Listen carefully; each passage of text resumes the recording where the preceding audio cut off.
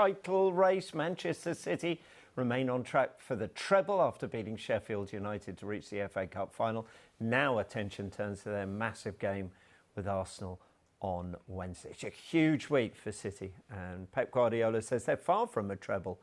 Do you understand that, Stephen? Is he just talking this down? They seem to be well equipped to win all three competitions here, don't they? Yeah, he's not going to come out and say it, is he? And then if they get knocked out, he ends up with egg on his face. So, no, listen, he knows the capabilities of his team. They're an outstanding team.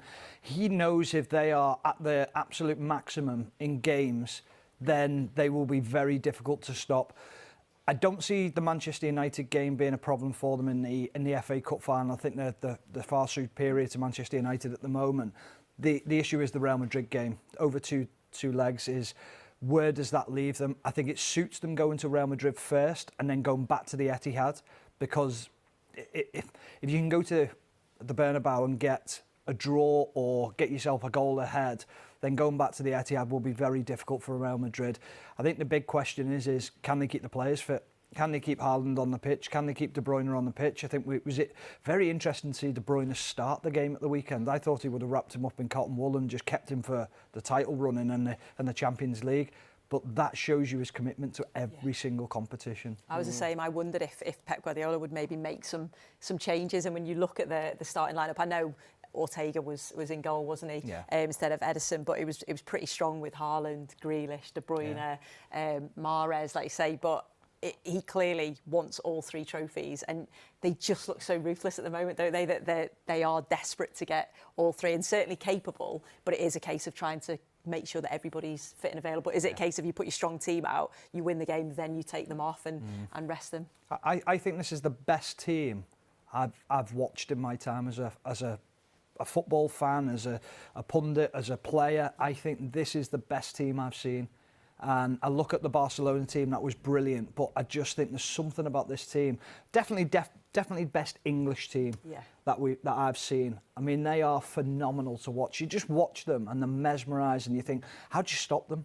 How do you break them down? Because defensively they're so well organised, but attacking wise, so many ideas on the pitch and so many great players who can carry out the ideas. Well, that first leg against Bayern, against a very good Bayern side, I was just like, wow, this is absolutely amazing. Like you said, how good they were going forward, and just the way that, like, Pep Guardiola always makes those little tactical tweaks, doesn't he? Yeah. Those little changes that just keep evolving the side and keep players on their toes and keep opposition on their toes as well. And they're just when they click and they hit form, they're capable of beating anybody.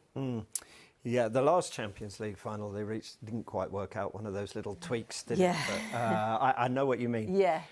So through to the semi-finals of the Champions League, the FA Cup final, and we know next it is Arsenal at the Etihad as they look to take control of the title race. As you can see, they've got more games to play, and then you've got to throw in the two legs of the semi-final against Real Madrid. But they're not looking any further than Wednesday, are they? Is it as simple as win this one and they've got one